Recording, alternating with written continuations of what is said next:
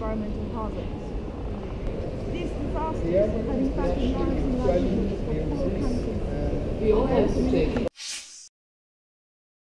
Today, the talks here in Paris, they have moved. Now it's no more formal negotiations between diplomats and negotiators.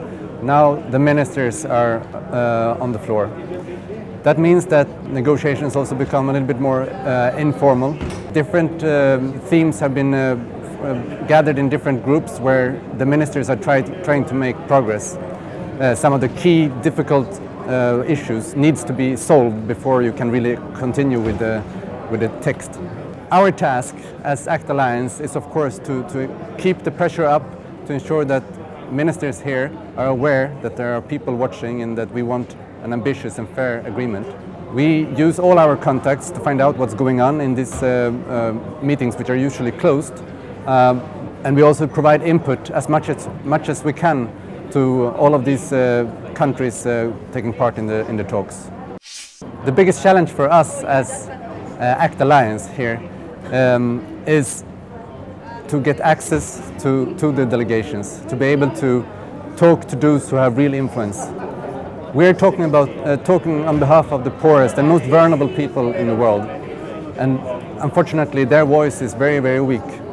We can hopefully amplify that voice by engaging with the governments present, but we must admit that it's sometimes a challenge to reach out to those who really have the power. But we will continue to try and do our best to make a difference. To get a success out of COP21, we need an agreement which leaves no one behind. That means that there must be something in this agreement which is answering to the needs of people around the world. It must address mitigation, how to reduce the emissions around the world. It must address adaptation, how we can learn how to adapt.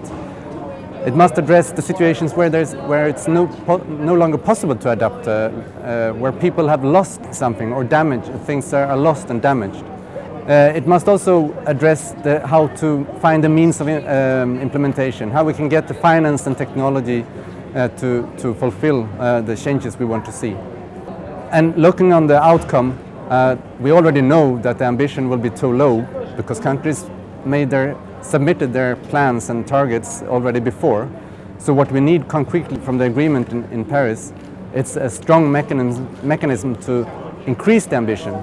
We need to be able to ratchet up ambition in the coming years, and this is one of the key targets we have for this week.